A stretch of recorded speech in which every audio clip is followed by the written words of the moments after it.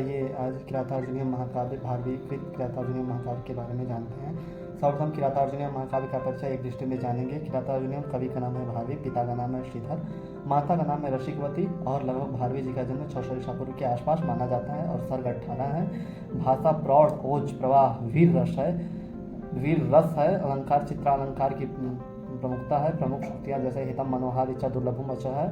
परम विरोधो अपि समम महात्मभि रम्याणाम प्रकृति रवि श्रियम तनोति इत्यादि प्रमुख शक्तियाँ हैं। जैसे आइए कि भारवी के किरातार्जुनीयम के बारे में जानेंगे।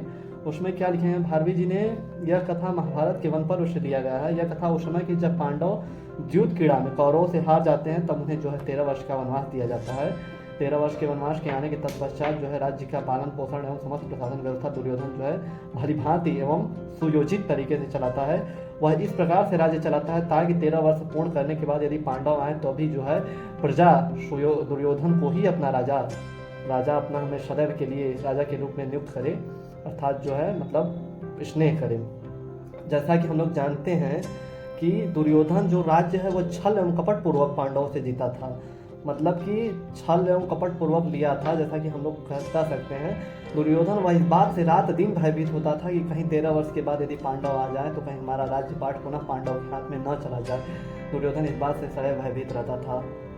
और तत्पश्चात यहाँ पे जो है पांचों पांडव, युधिष्ठिर, द्रौपदी इत्यादि लोग जो है वनवास में रहते हैं अपने जंगल में। तो तदुपरांत ये लोग आपस में अपनी बातें करते हैं। तब उसी में जो है भीम कहते हैं कि क्या 13 वर्ष के बाद हम लोगों को वास्तव में राज्य अपना हस्तिनापुर मिल जाएगा? तभी युधिष्ठिर कहते हैं भीम से कि जरूर मिलेगा, क्योंकि हमें भरोसा है कि हम लोग जो है ये समय अपना पार कर देंगे, अर्थात 13 वर्ष व्यतीत कर लेंगे तब हमें अपना हस्तिनापुर पुनः मिल जाएगा। तत्पश्चात वहाँ पे जो है तभी वहाँ पे वेद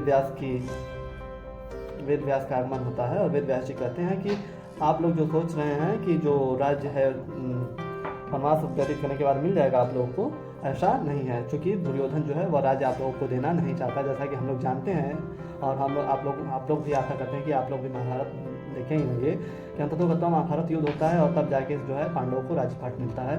तत्पश्चात वेद व्यास जी आते हैं और कहते हैं अर्जुन को उपदेश देते हुए कहते हैं कि आप जाइए इंद्र की पर्वत पे और तपस्या कीजिए और युद्ध की तैयारी कीजिए ताकि जो है कि युद्ध होने वाला है, ये तो तय है, युद्ध होने वाला है, ये तो तय है, जाइए आप तैयारी कीजिए। तत्पश्चात अर्जुन इंद्र की पर्वत पर चले जाते हैं और हम लोग जानते हैं कि आगे जाके ये इंद्र की घनघोर तपस्या करते हैं। घनघोर तपस्या करने के बाद भगवान इंद्र जब प्रकट होते हैं कि तपस्या से प्रसन्न होकर, तो फिर इन्हें जो है पाशुपतास्त्र की शिक्षा चाहिए होती है। तो भगवान इंद्र कहते हैं कि आप भगवान शिव की तपस्या कीजिए। तत्पश्चात शिव की तपस्या करते हैं और भगवान शिव प्रसन्न होकर इन्हें पाशुपतास्त्र दे देते हैं। पाशुपतास्त्र शिव दे देते हैं। यहाँ भगवान शिव और अर्जुन के बीच जो प्रसंग है बहुत ही रोचक प्रसंग है, आइए थोड़ा सा जानते हैं उसके बारे में। यहाँ पे जब भगवान शिव जो है अर्जुन की घनघोर तपस्या से प्रसन्न होते हैं तब इन्होंने किरात वेश अपने शिवगण को, एक किरात वेशधारी शिवगण को किरात वेश का रूप बना के अर्जुन की परीक्षा लेने के हेतु भेज देते हैं और वो किरात वेशधारी अर्जुन के पास आता है और वहाँ पे भगवान शिव एक शूकर को भेजते हैं और वो शूकर जो है अर्जुन की तरफ बढ़ता है। तत्पश्चात अर्जुन जो है अपनी तपस्या से उठ जाते हैं और अपना जो है अपने तीर और कमान निकालते हैं और जो है शूकर को मार देते हैं और इधर से किरात भी शुकर को अपने अस्त्र से मारते हैं। तो वहाँ पे जो है अर्जुन कहते हैं, अर्जुन अपना अस्त्र लेने के लिए जाता है और कहते हैं कि मैं शुकर को मैंने मारा है। और किरात जो है वो कहे कि नहीं, आपने नहीं मारा है, ये मेरे स्वामी का है और मेरे स्वामी ने मारा है। स्वामी का मतलब अर्थात भगवान शिव जो किरात वेशधारी यहाँ पे जो अर्जुन की तपस्या हेतु आए हैं। और आगे जानते हैं तब जो है जो किरात हैं वो कहते हैं कि आइए जो है तब यहाँ पे किरात जो होते हैं वो जाके अपने स्वामी से कहते हैं, अर्थात भगवान शिव से कहते हैं, किरात से कहते हैं कि यहाँ पे ऐसी बात है कि भगवान अर्जुन कहते हैं कि हमने मारा है और किरात कहते हैं हमने मारा है। तत्पश्चात यहाँ पे किरात में और अर्जुन में घनघोर युद्ध होती है। तब भगवान शिव अर्जुन की तपस्या से प्रसन्न होते हैं और उन्हें जो है पाशुपतास्त्र की शिक्षा देते हैं। यही कथा महाकवि भारवी जी ने जो है किरातार्जुनीय महाकाव्य में आपने लिखा है। और जैसा कि हम लोग जानते हैं ये वीर रस है और इसमें छंद जो है वंशस्थ छंद है। वंशस्थ छंद का लक्षण है जतौ तो वंशस्थ मुदिरितम जरौ, एक जगण एक तगण एक जगण एक रगण इत्यादि है। पहला श्लोक है जैसे इसमें कि श्रियः कुरोडामधिपश्य पालनीं प्रजाशो वृत्तिं यमयुं कवेदितुं सवर्णलिंगी विदितः समाययौ युधिष्ठिरं द्वैतवने वनेचरः। मतलब कि वनेचर का मतलब कि युधिष्ठिर और पांचों पांडव जब जंगल में रहते तब दुर्योधन की राजनीतिक गतिविधियों को जानने हेतु उन्होंने जंगल में एक गुप्तचर को गुप्तचर के रूप में नियुक्त किया।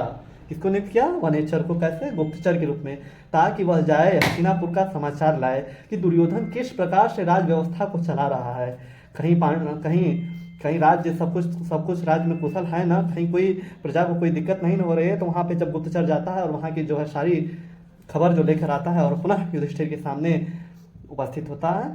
यही इस श्लोक में बताया गया है कि एक गुप्तचर के द्वारा हस्तिनापुर के समस्त गतिविधियों को, दुर्योधन की समस्त गतिविधियों को युधिष्ठिर द्वारा, गुप्तचर के द्वारा यहाँ पे बताया गया है।